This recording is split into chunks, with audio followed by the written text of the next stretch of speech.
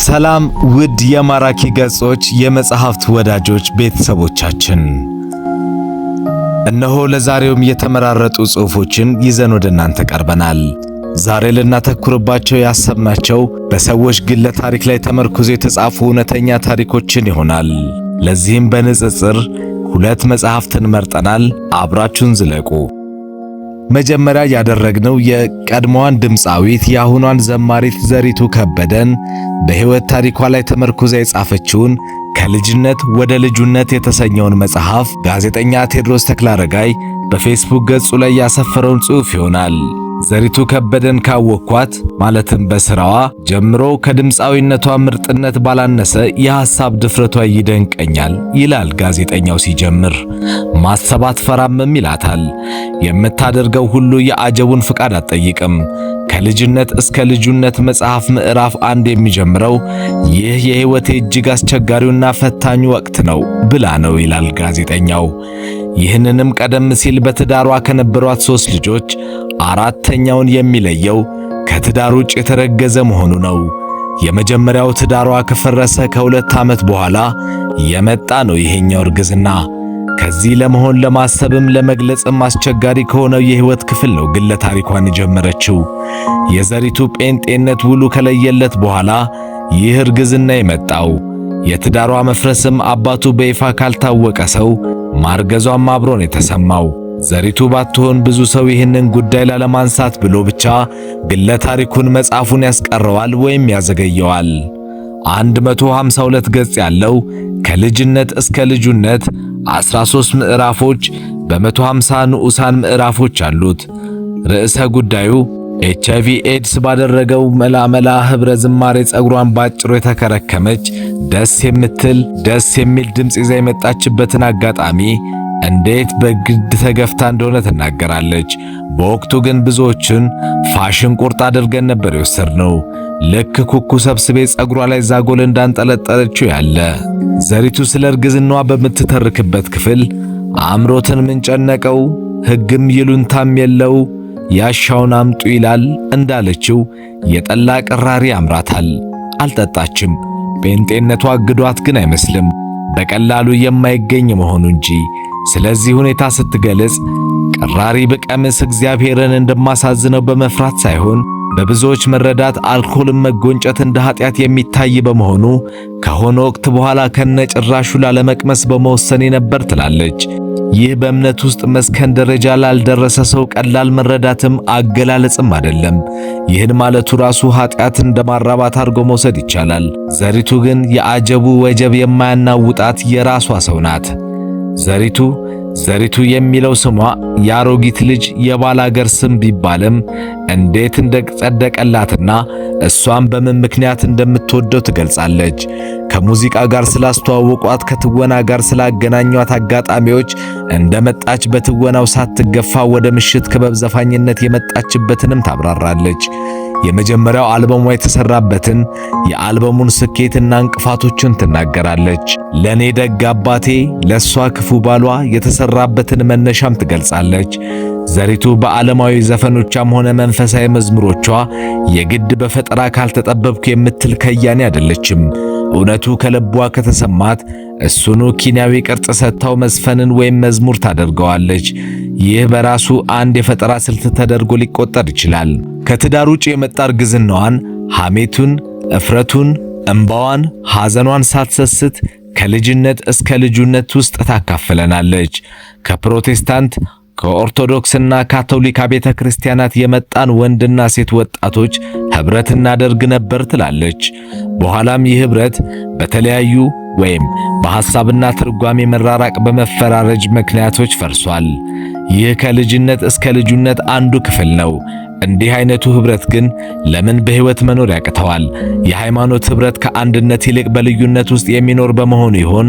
ልጅነት የሚጎዳውን ያህል ጠላትም አይጎዳ የሚለውን የእናቷን አባባል ይዛ ለተወሰኑ ዓመታት በየሆነ ጊዜው ከውድቀት ጋር ቀጠሮ ያላት ይመስል ደጋግሞ ያገኛት ድካም ለትዳሯ መፍረስ ምክንያት ከሆኑ ዋና ዋና ነገሮች ውስጥ አንዱ እንደሆነ ትገልጻለች። መቼም የትዳር መፍረስ ክብሪት ከሁለቱ ወገን እንደ ቀልድ የሚጫርና እሳቱ እየተቀጣጠለ መላ ቤቱን የሚፈጅ ነው የሚሆነው። ምክንያቱም ከአንድ ወገን ቢነሳም የሁለቱም ተጠያቂነት የለበትም ማለት አይደለም።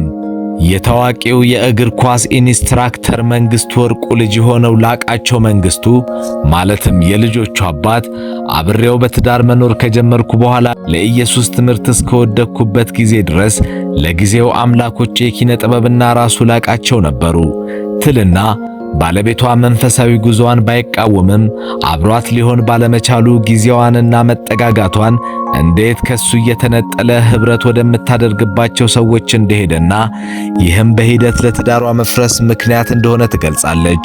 በዚያም ምክንያት እንደሚገባው ሚስት ያልሆንኩለትን ላቃቸው መንግስቱን ይቅርታ ጠይቃለሁ ትላለች። ይህ እንደ ቀላል የሚገለጽ በተለይ በዚህ ዘመን ከባድ የአብሮነት ችግር መሆኑ ሊሰመርበት ይገባዋል።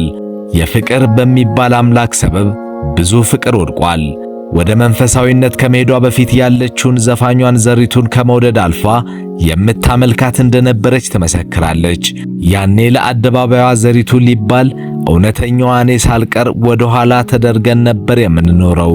ጣዖት አምላኪ ተብዬ ባላውቅም የአደባባይዋ ዘሪቱ ጣዖቴ ነበረች ትላለች። ዘሪቱ ከበደ አዲስ በጸነሰችው ምዕራፍ 1 ያለው ከልጅነት እስከ ልጁነት በሞት በተነጠቀችው የበኩር ልጇ ክርስቲያን ላቃቸው ህልፈትና ስንብት ምዕራፍ 13 ተብሎ ይጠናቀቃል። በወቅቱ ለብዙዎቻችን እንግዳ ጉዳይ የነበረው በልጇ ሞት ጊዜ እንደተለመደው የሚታይም ባፍሰሳ ለማልቀሷ በዚህ መጽሐፍ ውስጥ በመስመሮች መሃል የመረረ ሐዘኗንና ለቅሷን ሲፈስ ይታይ ነበር። የገጠማት የልብ ስብራት ከአካል ይልቅ ከልጅነት እስከ ልጁነት ላይ እንደ ጅረት ሲወርድ ይታያል። ሐዘኗ ያሳዝናል፣ ስብራቷ ይሰብራል። ዘሪቱ ከበደ ታሳዝናለች። ስትስቅ ልትታይ ትችላለች፣ ግን ታሳዝናለች። ከልጅነት እስከ ልጁነትን ብታነቡ እመክራችኋለሁ ሲል ጽሑፉን ጋዜጠኛ ቴዎድሮስ ተክለአረጋይ ጽሑፉን ያጠቃልላል። እኛም በዚሁ ወደ ቀጣዩ በእውነተኛ ታሪክ ላይ የተመሰረተ ግለ ታሪክ እናልፋለን።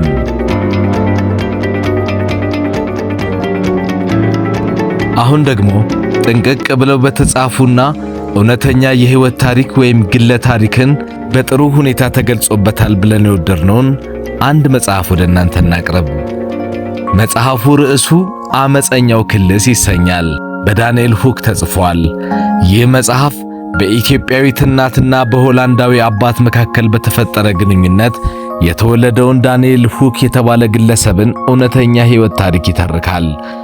በኢትዮጵያ ታሪክ ውስጥ ወሳኝ በሆኑና የንግድና የፖለቲካ ኩነቶች ውስጥ ያለፈ ግለሰብን ማንነት ይዳስሳል።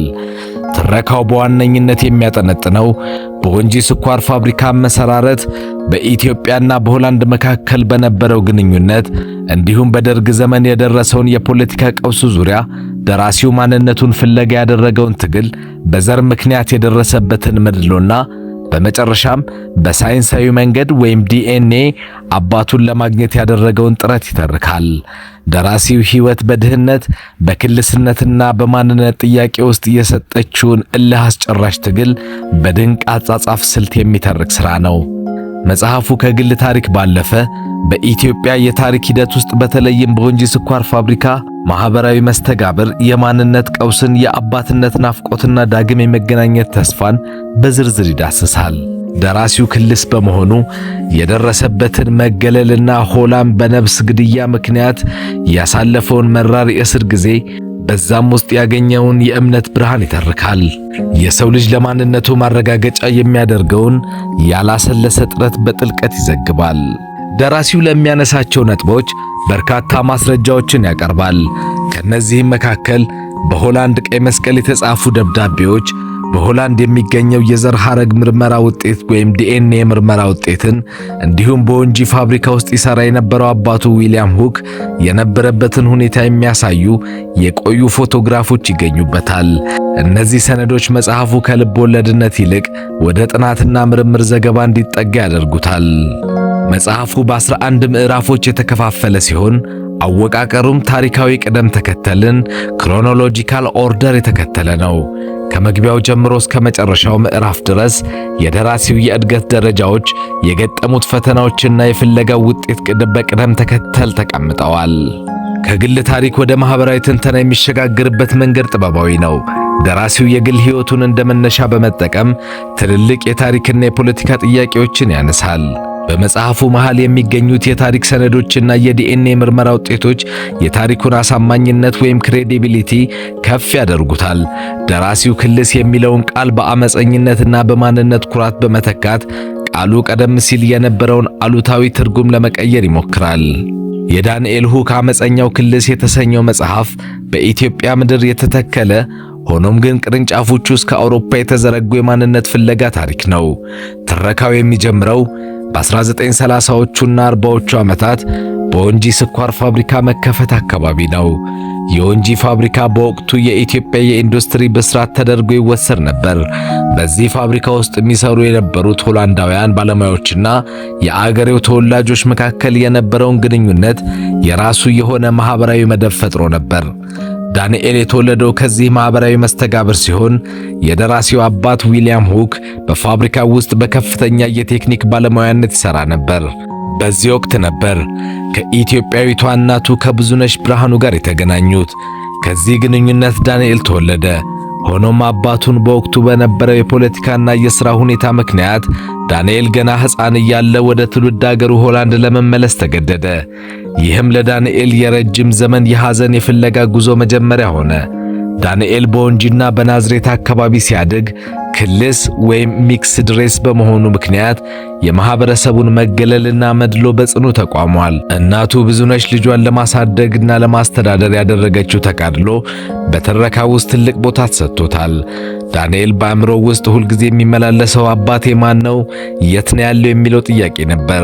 ትምህርቱን አጠናቆ ወደ ሥራ ዓለም ቢገባም በኢትዮጵያ የተከሰተው የደርግ ሥርዓት ሕይወቱን ይበልጥ ምስቅልቅሉን አወጣው። በነፍስ ግድያ ምክንያት ታስሮ በነበረበት ወቅት ያሳለፈው መሪር ስቃይና በዙሪያው የነበሩ እስረኞች ታሪክ መጽሐፉን ሰብአዊ ገጽታ ያላብሰዋል። ከስር ከተፈታ በኋላ ዳንኤል አባቱን ለመፈለግ ቆርጦ ተነሳ። የኢንተርናሽናል ቀይ መስቀልንና የተለያዩ የውጭ ድርጅቶችን በማነጋገር ያደረገው ጥረት ለዓመታት ቀጠለ። በመጨረሻም በሆላንድ የሚኖረውን ወንድሙን ሚካኤል ሁክን ለማግኘት በቃ። ይሁን እንጂ ግንኙነታቸውን ለማረጋገጥና ጥርጣሬዎችን ለማስወገድ ሳይንሳዊ ማስረጃ ያስፈልግ ነበር። በዚህ ላይ ነው ዲኤንኤ ዘ ሴክሬት ኦፍ ላይፍ የሚለው ጭብጥ የሚመጣው። የዳንኤል ምርመራ ውጤት ዳንኤልና ሚካኤል የአንድ አባት ልጆች መሆናቸውን አረጋገጠ።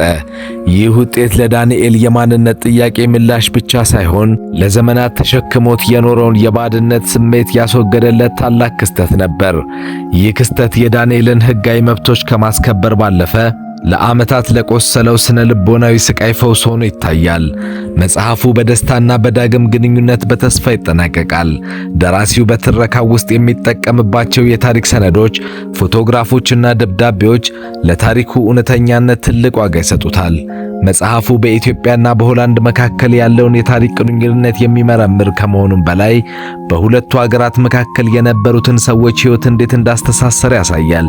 በአጠቃላይ አመፀኛው ክልስ ደራሲው በሕይወቱ ያሳለፈውን መከራ በሚገርም ትረካ የሚገልጽበት ብቻ ሳይሆን የአንድ ትውልድ የማንነት ጥያቄና የፍትህ ፍለጋ ተጋድሎ አድርጎ ሊወሰድ ይችላል። እንግዲህ ዛሬ እንደዚህ ጥንቅቅ ተደርጎ በታሪካዊ መስተጋብሮች የተሰናሰነውን የዳንኤል ሁክን አመፀኛው ክልስና እንዲሁም በቀድሞዋ ድምፃዊት በአሁኗ ዘማሪት ዘሪቱ ከበደ ከልጅነት እስከ ልጁነት በሚል ግለ ታሪክ መጽሐፍ ላይ ተመርኩዘን የሰራነውን ፕሮግራማችንን በዚሁ እናጠቃልላለን። ፕሮግራማችንን ሰብስክራይብ፣ ላይክ እና ለወዳጆቹ ሼር በማድረግ አብሮነታችሁን ይግለጹልን።